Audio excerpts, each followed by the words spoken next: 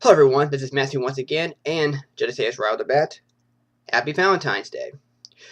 And yes, this week is Valentine's Day, and I know all you are looking forward to it, and to share it with your loved ones, and how much they mean to you, and how close you are to them, and yeah, all that sort of thing. And you're probably wondering why I'm in my room, is because I haven't done this since when I did my special inside look video of the 60s Batman TV show on Blu-ray.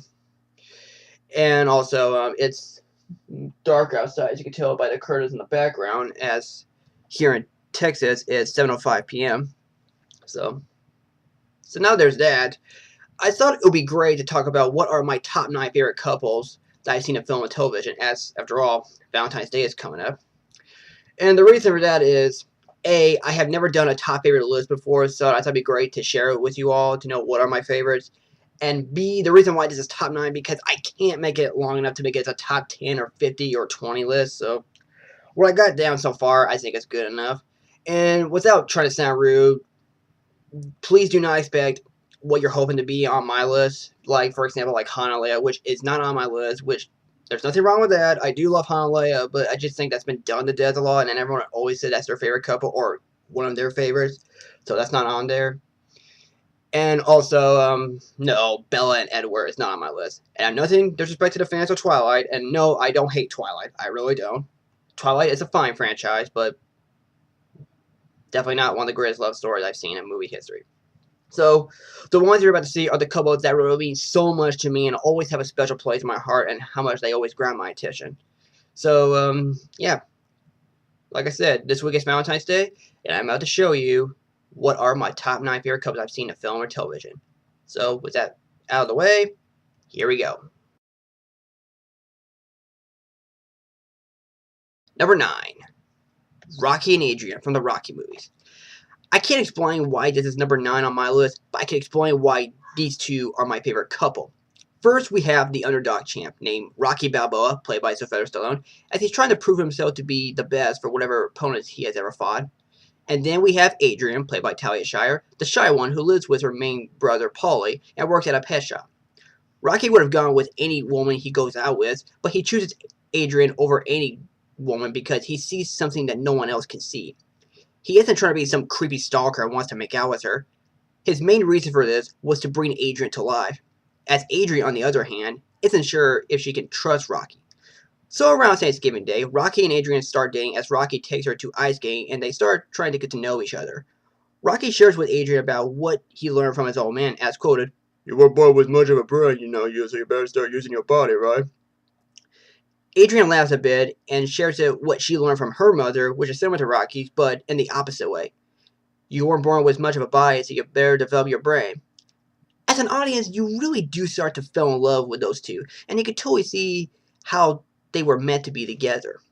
After ice skating, Rocky takes Adrian to his apartment while Adrian begins to feel uncomfortable about it. She was about to leave, but Rocky stops her, and as Rocky removes her glasses and hat, they both kiss passionately, and she gives it all in and let this moment happen as she was going to spend the rest of her life with him. In Rocky 2, Rocky's proposal to Adrian is very much different than what any man would propose. He takes her to a zoo, as what Gossip's jerk driver said in the first one, as he tells her if she wouldn't mind marrying him too much. She immediately says yes and promises Adrian that he would never get rid of her, as she means to him more important than any girl he needs in his life. As the series goes on, they begun to have a son named Robert as Rocky continues to be a boxer, and Adrian has now become a fully mature woman who no longer becomes the shy one anymore and is able to stand up for herself as well as standing up to her own brother. While Adrian is sharing her support to Rocky, she does become protective of him when he enters the ring and always takes a lot of beats for all the fires he fought. In Rocky 5, he begins to suffer from brain damage when he fought Drago from the Force movie. Adrian had no choice but to say Rocky that he needs to retire and really doesn't want to fight again. In one scene in the movie, Rocky tells Adrian about his experience as a manager when he was training Tommy Gunn, that he felt like he was his old self again as he was trying to win back the respect for the family he needs, but doesn't believe his own wife really respects on what he does. Adrian explains that she does respect him for all the fights he had because she took them with him and really doesn't want to see him get hurt, or shall I say, get himself killed in the ring. Rocky understands the situation and apologizes to her. If any of you are in the minority and say how much you despise Adrian's actions and always get into Rocky's way, I understand, and will respect that. But to me, she's only doing this because she really loves it and wants to be close to him. Rocky does fight Tommy for one last time of his life on the streets of Philadelphia. He wins the fight and was able to spend a lot more time with his wife, son, and brother-in-law over his fighting career. When tragedy struck, as it happens in the sixth movie, Adrian sadly passed away due to cancer, which makes Rocky feel alone without her. It really was sad to see him without the woman he dearly loved so much. No matter, he always continues to love her and knows that deep down Adrian will always be the one, and no other girl can replace her. She may be gone, but will never be forgotten, as Rocky knows he could have done nothing without her for all the times they had together. Rocky and Adrian, in my opinion, are the perfect sharp couple of coconuts, as one is dumb and one is shy. No pun intended. Number 8. Jim and Pam from The Office. I could be wrong about this, but I've been reading everyone's own take of these two, as some say they are perfect, while others say they are the worst. If you don't like them, that's fine. Again, I'll respect that, but for my own take, I think they look great together. We're first introduced in the first season as we see Jim and Pam both work together at Dunder Mifflin, as Jim here is a salesman who is very much a nice guy, but sometimes can pull a prank on to Dwight Schrute. Pam is a receptionist, and she's kind of like what Adrian was, as you know, the shy one. They are both really good friends together. However, in the second episode, Jim develops some sort of crush on Pam while she was sleeping on his right shoulder. As their friendship continues, Pam is now engaged to her boyfriend Roy, as it hurts Jim deeply as he reveals it to his boss, Michael Scott, and Michael tells him to never give up. So toward the end of the second season, Jim finally confesses his feelings to Pam, but she sadly rejects him as she was already engaged and doesn't know if she can take him. Jim apologizes for misinterpreting their friendship and walks away from her. Later, he returns to her as they both share a kiss for the first time. In the third season, Jim develops a relationship with another woman named Karen while still has feelings for Pam. Pam reveals her relationship to Roy, which sets him on fire as he was about to attack Jim, but Dwight was able to pepper spray him. Both Roy and Pam apologized and went off with their separate ways. In episode 23, we begin to see their transition of Pam as toward the end, she goes out barefoot to run across the hot coals and starts telling her boss and everyone she knows from the office for how badly they treat her and make it look like she doesn't exist. Also, revealing why her wedding got canceled, which is all because of Jim. In spite of this, as well as Jim being with Cameron, she admits that she really misses for the times they had before Jim got transferred. In the last episode of the third season, Jim also admits that he really misses for what they had as best friends, but was unable to come back. Pam wishes him to come back into her life, and Jim does as he realizes he can't forget something on what was important to him after he turned down the job offer. In the fifth season, their relationship continued as Jim was able to propose Pam for marriage, and Pam ultimately accepts it. As this all leads up to the sixth season, as Jim and Pam are finally together at last. The song that was playing on their wedding day, called Forever by Chris Brown, which I have to say this right away, this was my first time hearing the song, and it really was a good song. I thought it fits perfectly for this sequence, and really does draw me in as we see these two as each season goes by, as, like me, as well as everyone, wants to see them both get together. And we actually got what we wanted. As we jump ahead toward the ninth and final season of the show, they now have kids, but the relationship between the two starts to fall apart. On the 12th episode, Jim works at another job while Pam still works at Dunder Mifflin, but as a saleswoman and not a receptionist. There was a scene where Jim and Pam had themselves a fight on the phone when Jim tells her to record their daughter's ballet recital. She unfortunately did not. This frustrates him, and Pam was unable to shed some light as they both go at it, as it has to deal with Jim for getting another job and being away from his family.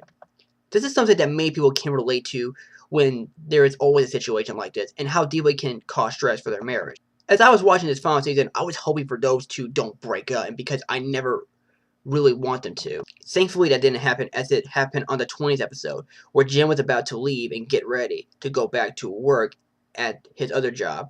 Pam runs up to him by giving his umbrella, and Jim comes back to Pam before leaving as he gives her a hug. Pam is realizing this moment as we flashback on their wedding day, as she remembers while married Jim, she promised him that she will love him in spite any hardship. This renews her love to Jim, and as toward the final episode of the series, they still remain to be together and always love each other.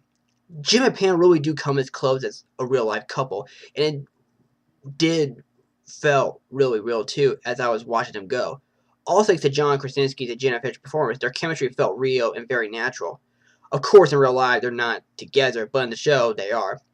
As real as they can be, Jim and Pam really do earn the number 8 spot on my favorite couple list.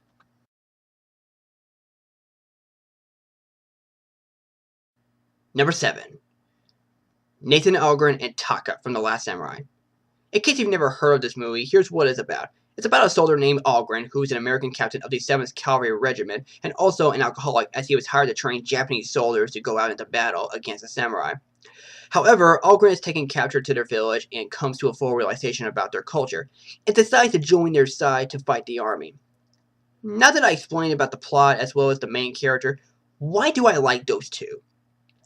It happened during the first battle of the movie where Algren was expecting to die after killing the Red Warrior. Katsumoto spares him and decides to take him to their village as he meets Taka for the first time while taking care of his wounds.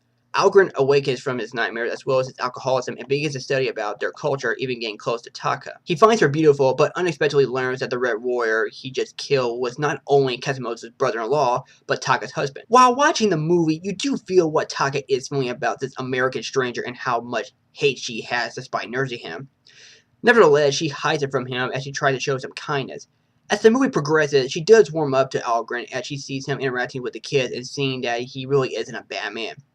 Also, accepting his apology for the death of her husband and understanding that her husband and Algren all did what they had to do for their own duty. Toward the end of the third act, Taka dresses Algren up in her late husband's armor and both share a quiet moment without any words spoken, and her reason for this was to honor their family. While she gets him ready, they both share a small kiss, and we, as the audience, do see her emotions, where in the beginning we first saw her how much she hates him, and now has come to love him, and afraid to see him get killed in battle.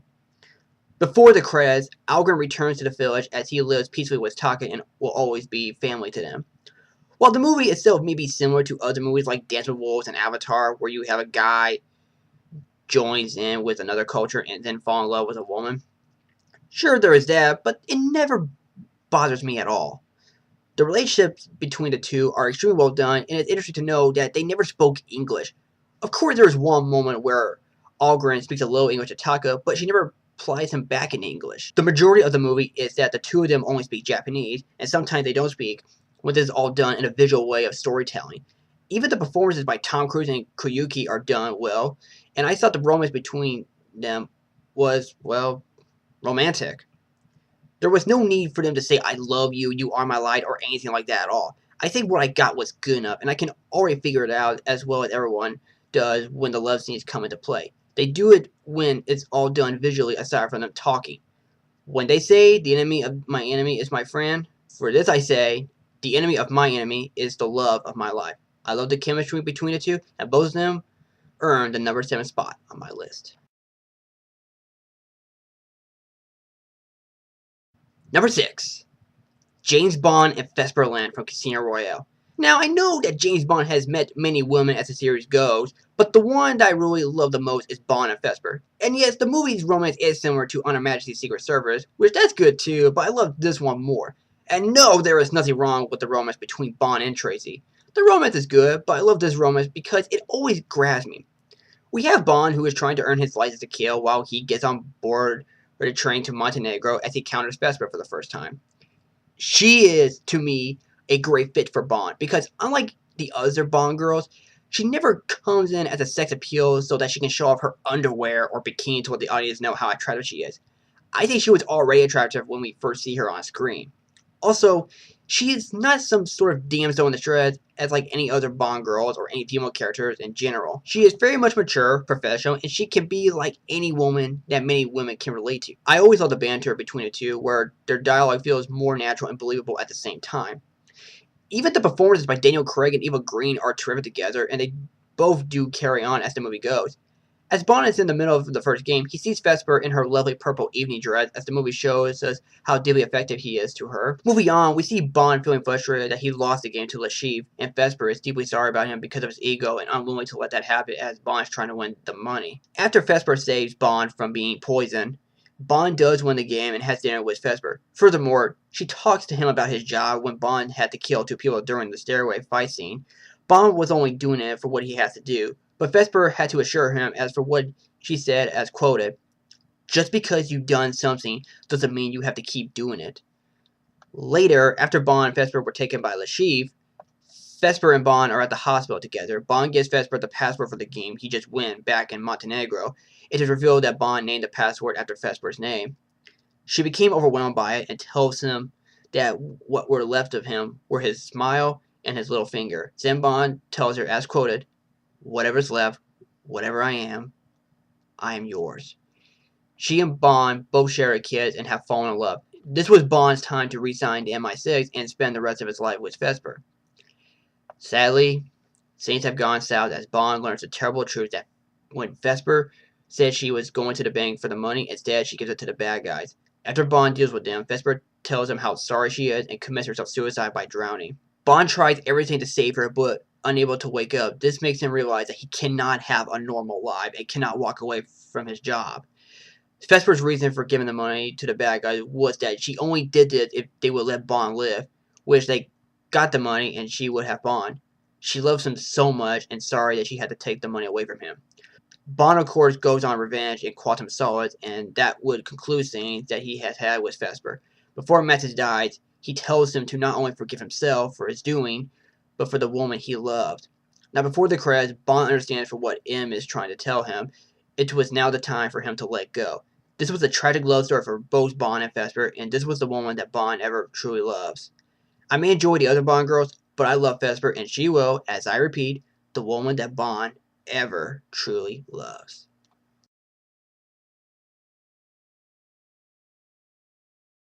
Number 5. Wes and Jen from Power Rangers Time Force. If I had to guess, you might be scratching your heads and be saying, "Really? Power Rangers? Dude, for real?" If not, then I guess we are cool here. I love Power Rangers, and of course I have done a positive review of the 2017 movie, and you are welcome to check it out on my channel. Without getting sidetracked, I know everyone loves Tommy and Kimberly very much as their favorite couple, but Wes and Jen gets so much more of my attention. Nothing wrong with Tommy and Kimberly as I like them too, but sometimes everyone has their own opinion on what is their favorite Ranger couple. I picked Wes and Jen, and here's why I love them. In the first episode, we get our first introduction of Jen Scott, who lives in the future of the year 3000 as an officer for the Time Force Police, as she was supposed to be engaged to Alex after Rancic was put on trial. Unfortunately, he escapes with his daughter and killing Alex. This enrages Jen, as she, along with the other Rangers, as they travel back in time in the year 2001 at a place called Silver Hills. In episode 2, Jen and the others found them, but they were unable to morph. Until then, Jen was saved by a mysterious man wearing a motorcycle helmet and revealed himself, and due to Jen's surprise, he resembles a lot like Alex from the future. This is where we first met Wes Collins. However, Jen doesn't trust him despite the fact he looks like Alex. The other Rangers told her they need him as he is the one that can only unlock the chronomorphers, which she reluctantly does. After Wes successfully unlocks the Ranger's morphers, Jen takes his morpher away from him as she believes Wes is just some spoiled rich guy who always looks for trouble as if he thinks this is a game. In episode 3, Wes talks to Jen as he agrees with what she has said about something to fight for, as well as learning the truth about her fiancé, all thanks to Trip. He asks her for one more chance to prove himself that he can be good at something that is worth fighting for. Jen allows him, they capture their first mutant, and Jen is okay with Wes to be the Red Ranger as they needed his help. So the show goes by, the Rangers now live in a clock tower while doing part-time work by earning some money and getting food. Episode 8 shows Jen outside of the clock tower as Wes comforts her and says that he knows he is nothing like her fiancé. Jen, on the other hand, doesn't want him to be, as she likes him the way he is. And this all leads up to Jen as she starts to have feelings about Wes. Jumping to episode 18, they both do argue about their Ranger duty, as they are having such a difficult time to trust each other. Jen explains Wes how she almost quit Time Force when she was unable to handle the pressure as Alex enters her life, as he was able to take her under his wings, and how safe she feels with Alex and was able to trust him. At the end, Jen begins to have some deja vu as Wes was showing her how to shoot properly during target practice as it reminds her of Alex. She finally shoots one of the cardboards and was able to trust Wes as she is no longer haunted of her late fiance's demise. In episode 22, we do see a jealous side of Jen as Wes teases her about how beautiful the mutant was when she took the form of being human. Jen asks him if that was his type. Wes denies it and was almost about to say that his type was Jen. They almost kissed as they were interrupted by a phone. Even fans of the show get ticked off as they were hoping those two kiss. Well, Saban, that's allowing a kiss show and would never let it happen. To me, I think that is really dumb. Because how kissing is not allowed in a kids show? If the Bond was able to let Tommy and Kimberly kiss, then I don't see why Wes and Jen can't kiss. I mean, come on! Has Disney ever stopped filmmakers for trying to allow any characters kissing? No! So what's the big deal? There's nothing wrong with that, but I digressed. On episode 29, Alex returned as he now appears to be alive, which has something to do with the timeline being altered. Jim was surprised to see him alive again, but his attitude changes as he acts rough on them and takes on the role as Red Ranger again. Jim's feelings for Alex has now gone to a different path as what happened in the earlier episodes. Jim misses Alex and doesn't want Wes to be the Red Ranger. And now, as a 180 turn, Jim misses Wes and doesn't want Alex to be the Red Ranger. On episode 30, Alex was able to understand that his leadership isn't as good as Wes, and that he was the right man for the job as the Red Ranger, and was able to learn about how everyone can change their own destiny. On episode 31, there was a moment for Jen as she sees a married couple and was hoping that it would be for her and Alex. However, she isn't feeling for Alex due to how he mistreated the Rangers and herself. We do get a comedic moment as both Wes and Jen were trying to speak about their feelings, but unable to let out. However, at the end of the episode, Jen thanks him for helping, but Wes said she should be thanking Alex as he was the one to stand in the Stratocycle as he can't be there to help Jen as Wes is looking out for her. He did say that she and her fiancé are perfect together, but Jen here was going to tell him that she cares about him more than Alex. Again, she was unable to let out. In episode 37, as the Rangers get excited that they're about to be done with their mission, Wes and Jen talk about all the saints they had together and how much they're going to miss it.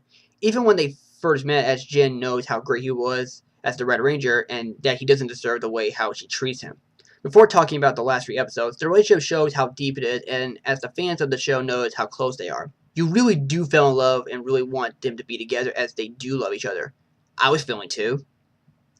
Now, for the last 3 episodes, the Rangers receive a message from Alex as things are about to come to an end, that they must return home, but Wes unfortunately is not allowed to come with them as he must stay in his own time. Wednesday goes on a final rampage as the Rangers do everything they can to save Silver Hills as well as the future, until Wes leads the Rangers to their time ship and traps them as they go back to their home. The last shot of the first part of the episode shows Jen breaking into tears, which I know that I'm not the only one that feels this moment very heartbreaking for Wes, saying goodbye as he believed this was for the best. In part 2 of the finale, before the Rangers went home, Jen was able to tell Wes her feelings, but Wes had no time for it as they now went back. Wes was able to go back and save Silver Hills. The Rangers are home in their time as Alex was going to have their memories erased, but Jen stops the process by calling off their engagement, which Alex sadly accepts it, and he allows him to go back and save Wes.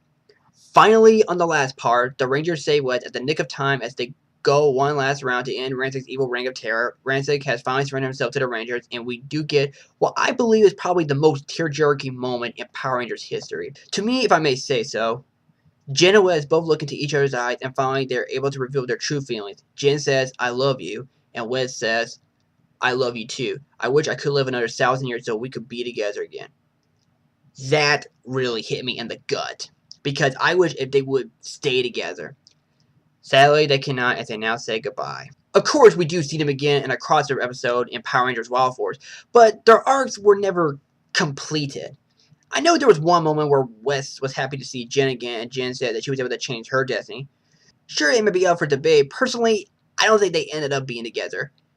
If they are, then why Wes didn't say to Cole, the Wild Force Red Ranger, saying that he and Jen got married and shows him his wedding ring? We didn't see a ring, and the show itself never goes into it by concluding a relationship. It just feels not completed. I am not counting Power Rangers SPD because Disney was just reusing suits from previous shows. There was going to be a Power Rangers Time Force movie, but got canceled due to the poor reception of Turbo, a Power Rangers movie. If there were a movie, I say make a movie about the Time Force Rangers as they finally reunited since what they had during their past missions, as they face a new threat who is worse than Rancic, and then maybe concluded Wes and Jen's relationship as they would be together. That would be the conclusion for Power Rangers Time Force, and it would raise the bars up. That's just what I had in mind. I love the relationship between Wes and Jen, and no, I don't find it creepy for Jen falling in love with Alex's ancestors. I mean, did anyone find it creepy in Bad Future Part 3 when Doc falls in love with Claire, where Doc is from the future and Claire lives in 1885? I don't find it creepy either. I know this is just all fantasy, but I never find it to be a big deal at all. If you love fairy tales, this love story here is a good fairy tale. Wes and Jen are not only one of my favorite couples, but my absolute favorite Ranger couple. Maybe someday I will make a top favorite Ranger couple, but that will be another time. Wes and Jen are meant to be together, and I do wish if these two would be together again. Number 4. Max and Roxanne from a Goofy movie. It wasn't easy to pick which couple that I like in a Disney movie, but now I finally picked one, and these are the couple that I love. While there are others who may prefer other Disney couples, like for example Ariel and Eric and Belle and the Beast, I like them as well, but why Max and Roxanne? First off, this isn't like any other Disney movie where you have a princess who falls in love with a prince and live happily ever after. And second, these two are very much like what any teenage boy and girl can relate to when they have this kind of situation during their time at school. We have Max, who lives with his bumbling father, Goofy, as he goes to his last day of school, where he gets help with his friends PJ and Bobby, as he's trying to impress a girl he had a crush on named Roxanne.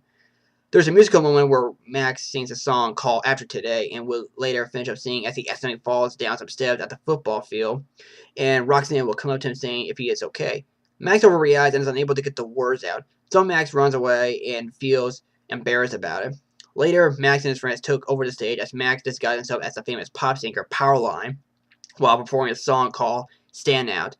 Sadly, the plan didn't turn out well as Max's friends are being sent into the principal's office, so Roxanne walks up to him and says he really enjoyed his performance, and they both share what they had in common is that they're both fans of Powerline. Max offers Roxanne a date, which she agrees, and Max celebrates that his impression for Roxanne was a success.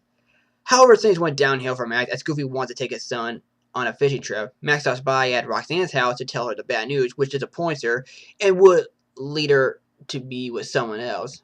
In order to win her, Max comes up with a lie that his father knows Powerline and he will be on television. She buys it and cannot wait to see him on television. As we fast forward, Max was able to reconnect with his father and telling him that he had a crush on Roxanne, and Goofy understands it and was able to take him to the Powerline concert. They finally did, and Goofy takes him to see Roxanne by telling her the truth. Roxanne tells Max how great he was on television alongside with his father. As cool as it was, Max and his father never really met him. He explains why he lied because he just wants Roxanne to like him. She tells him she already had when she first met him, as he first said, like what his father does. Yuck. So she asks him if they would do something together, but Max can't because he needs to do something with his father. So he says that they would do it tomorrow. She agrees and Max gives her a small kiss. Lastly, he introduces Roxanne to his father. I really thought their chemistry together is just great, and like I said, it's what any teenage boy and girl can relate to when they have this kind of situation. It feels real, and I do think they're wonderful together. You really do feel for Max as to what he was trying to accomplish. All it takes to impress someone you love and hoping to be the love of your life. I really love the design of Roxanne Wish. I really think she is beautiful and really love how the artists were able to draw her like that. Her facial expressions, hair, eyes, body, and everything else they draw is just beautiful. I will admit, it does seem a bummer that we don't see them together in an extremely goofy movie, which we can assume they went off to different schools. Of course, they will later be reunited in A House of Mouse, which I will admit have never seen the show. Sorry about that. When we first see them at the football field together, I kind of compared this relationship to a John Hughes movie called 60 Candles. For example, Samantha Baker has a crush on Jake Ryan, but just doesn't know what to do and what is she going to say to him. This is pretty much the same thing in a Goofy movie. Max and Roxanne are definitely a wonderful couple, and I'm pretty sure when you identify with him as you had your crush on someone, and always wondering if that person you love is really the one for you.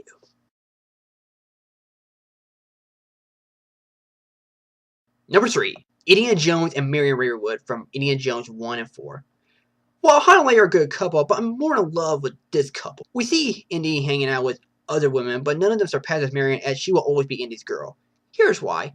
Aside from the terrific performances by Harrison Ford and Karen Allen, we first learn of Raiders of the Lost Ark where Indy first meets Marion at a bar in Nepal as she was hoping someday he'd come walk back in through her door.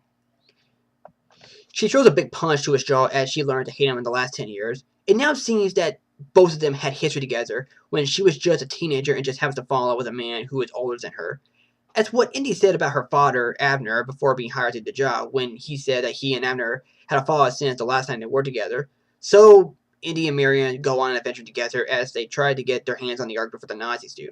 I really do love the banter between these two, as the more I watch them, the more I love them together. We do get a lovely scene where Indy is injured after dealing with the Nazis as Marion tries to nurse him, as Indy shows her where it hurts, such as his left elbow, his forehead, right eye, and his lips as they both share a kiss.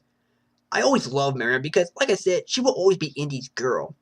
I never find her to be a damsel in distress, as she appears to be beautiful, feisty, tough, and the type of woman who knows how to take care of herself. Of course, there was one moment where the Nazis take her captive, but she doesn't whine and complain like Lily Scott. She really is my kind of babe, and I love women who are always independent, knowing what they are capable of aside what men would do.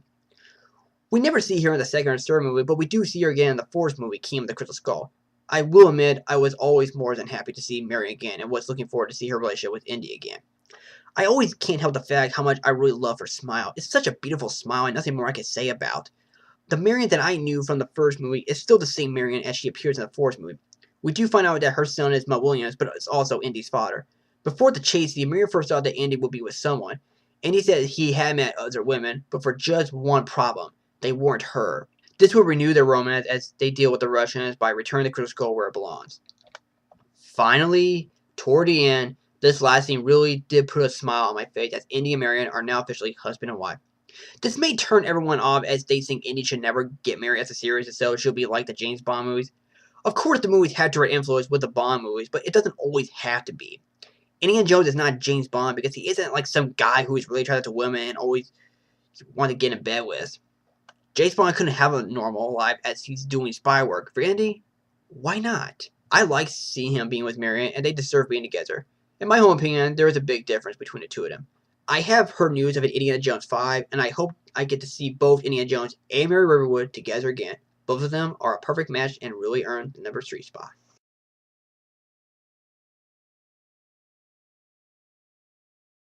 Number 2, Batman and Catwoman. Which one? Well, just any incarnations of Batman and Catwoman, whether it's either the comics, the live-action TV show, the anime series, the video games, or the movies. The more they keep making those, and the more we continue to see them together. We have Batman, the Cape Crime Fighter, as he's able to take down wanted criminals and supervillains as he's trying to do everything he can to make Gotham City feel safe. Catwoman, on the other hand, is pretty much what you called a cat burglar. She sometimes helps Batman out, but she never jumps on the same boat as he is. She always gets herself into a situation whenever she robs an object and always keeps him as a souvenir, while Batman keeps an eye out on her to whatever she is up to no good. As for their alter egos, we have Bruce Wayne, the playboy billionaire, and Selina Kyle, a woman who learns to survive on the streets of Gotham. They have this on and off relationship. There are times they love each other, and other times they don't. There are always moments like this as they have in the comics. Not only that, they do share about their ways about the law, as Batman is doing what's right, while Catwoman here just doesn't care about the law and does whatever she likes to do. I have read some of the Injustice comic books where Catwoman visits Wayne Manor as Batman takes his anger out about Damian Wayne killing Dick Grayson. So she enters the Batcave and calms him down. It really does show a human side of her, as we learn she is not always a bad girl. She does show some sympathy as she really cares about him. In The Dark Knight Rises, there were moments where Selina showed some sympathy to Bruce, as he is now being broke as his company is going bankrupt. Also, you do see her reaction when Batman takes Brutal his by Bane, as you can tell the look on her face as she is afraid of this monster that broke the Bat's back. As Bruce recovers and returns to save Gotham and tells her about trying to apologize doesn't seem to suit her, well, she understands that she did say she was sorry for letting him down and wants him to save himself, as she is afraid of what his fate might become. Well, I did say they had this on and off relationship. The question is, do they get together? I haven't read that much of the comics, but it's possible in some comic issue they do get married.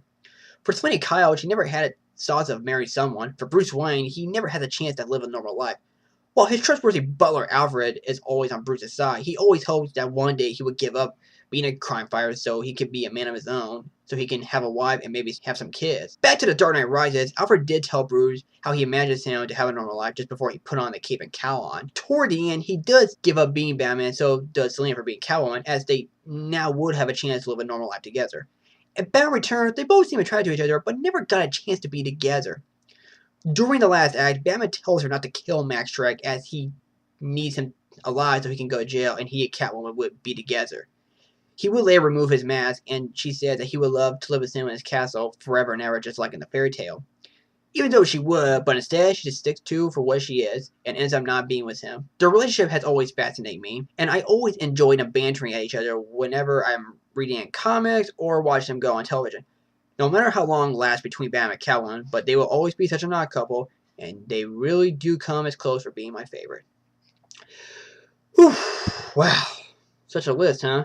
So now after going through all of them, you always wonder, how can I top Batman and Catwoman, Indiana Jones and Marion River with Max and Roxanne, Wes and Jet, and the list goes on? Well, I have selected my number one favorite couple, and you're about to find out who. But first, drumroll. And my number one favorite couple in film or television is Mike and Eleven from Stranger Things. I am fully aware of this, and you may be wondering why.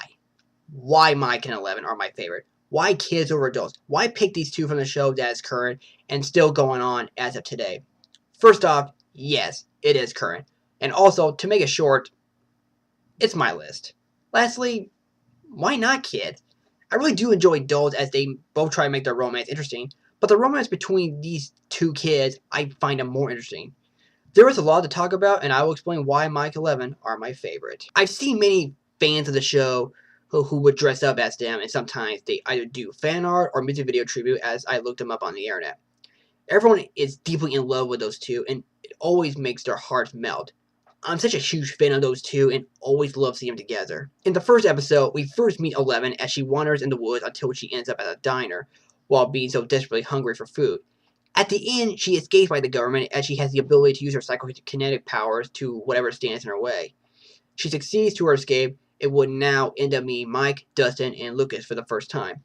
In episode 2, Mike and the others took her in to Mike's house as he becomes responsible to look after Eleven as they give her clothes to wear as well as eating Eggo waffles. Mike becomes very interested in Eleven to know who she is and where she comes from. It is very similar to Steven Spielberg's E.T., except she is human and not some alien from another planet. He wonders if she would be the key to lead him for the loss of their missing friend Will. As the premise of the show goes, he learns that Eleven has the ability to get some sort of connection to Will's whereabouts, whether it's either a radio or television. So she and Mike and the gang go out looking for Will to a place known as the Upside Down. Instead, she uses her powers to prevent them from going to the Upside Down as she doesn't want to be found by the government. Lucas and Mike get into a fight, but Eleven took things far-fetched as she used her powers again to stop the fight and almost killing Lucas. Lucas does survive, and Mike turns on to Eleven's behavior as she becomes overwhelmed for what she has done. She later disappears into the woods and becomes angry at herself. Moreover, she reunites with Mike and Dustin and saves them from the two boys who bullied them. She tells Mike that she believes that she is a monster, but Mike denies it, saying she is not, as he knows she would never meant to hurt anyone, and knows that she is just a kid like everyone else. While returning back to Mike's house, Eleven looks herself in the mirror and asking him if she is still pretty without wearing that fake wig. Mike answers saying she does and really doesn't need it at all. They both stare at each other as things start to go deeper with their relationship. Toward the end of the first season, Mike tells Eleven when Will is being found, he says that he will take care of her so she can eat real food aside from eating Eggo waffles. Eleven asks him if she would be like a sister to Mike, but Mike instead would rather have her as a girlfriend. He doesn't say it, but instead, we are shown for the first time as Mike gets his first kiss and Eleven feels surprised by it. This is, as what they say, love at first sight. The government does find Eleven, but the monster attacks them and goes after the kiss. Eleven becomes exhausted as Mike makes a promise to her that they will go to the snowball together. After he says this, we do feel Eleven's emotions as she feels so safe with Mike, and we really root for him as he acts like a real man who knows how to take care of her. The monster shows up, but Mike, Dustin, and Lucas tried everything they can to kill it until a powerful force pushes it back against the wall. Eleven makes her last stand, pushes Mike back, turns to him and saying goodbye, as this brings Mike to tears. It really does have an emotional impact as you really fell in love with those two, and very sad to see Eleven go. The monster is defeated and Eleven is nowhere to be found. Enter season 2, Mike still misses Eleven as he uses his radio to communicate with her, as it has been 353 days. One time, he did hear her saying his name as Mike rushes back to talk to her, but ends up hearing Dustin. At the end, we find out Eleven's alive, but living with Hopper in a cabin. Episode 2, we learn about Eleven's fate as she ends up in the Upside Down, was able to find her way out. She returns at the regular world and goes to Mike's house to let him know she is okay. Unfortunately, the authorities are already there, and she takes one last peek of Mike and has to hide and flee so she can remain unseen. which it all leads up to living with Hopper. 11 tries to connect with Mike again as she sees him trying to contact. After Mike says that he needs her, she says his name and unable to respond back as she breaks down into tears. So she leaves the cabin, which it results her to break Hopper's rules. She gets into the school, finally sees Mike, but ends up being jealous as she believes that Max is stealing him from her. 11 makes her fall off her skateboard and returns back to the cabin while having a fight with Hopper for how tired she is for waiting. Watching the second season does remind me of American Tail, where Fibo feels separated and wants to be with his family again. This is very much like that, as many viewers, including myself, were hoping that Mike and 11 would see each other again. It does get frustrating, like for example, where Mike and the gate split up looking for that little creature, but when 11 enters, he passes by and unable to notice. On to episode 7, while 11 is with her long-lost sister with the gang, she has herself a moment for the time she had with Mike and the rest of the gang back in Hawkins, as well as feeling close to them. She finds out that they're in danger and knows that she has to go back and save them. At the end of episode 8, this was the moment where we start to feel the love again. And here it goes. Mike and the rest of the gang are at Will's house as they're being surrounded by demi-dogs. But something happens outside and don't know what's going on. A demi-dog crashes through a window and found out it is dead. But how? They heard a noise as it turned to the door where an unseen force unlocks it and someone enters the living room. To everyone's surprise, 11 returns. When that moment happened, we held our breath. If I had to admit, I was almost about to cry during that scene. I felt really moved by it as we were hoping if they would meet again. When Mike and 11 see each other for the first time in our minds, we can say that it's about time. This was all tears of joy.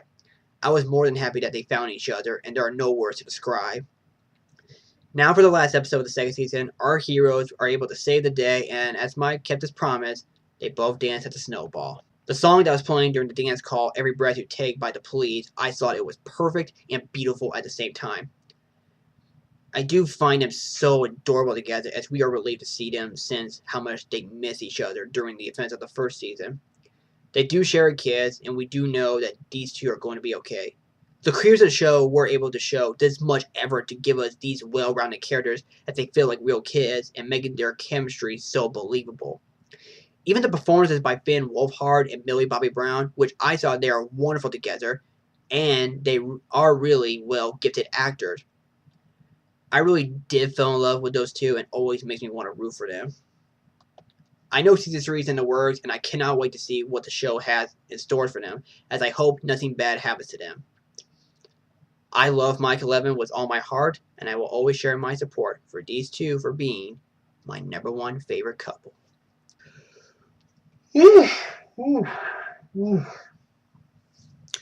What a list, y'all. What a list.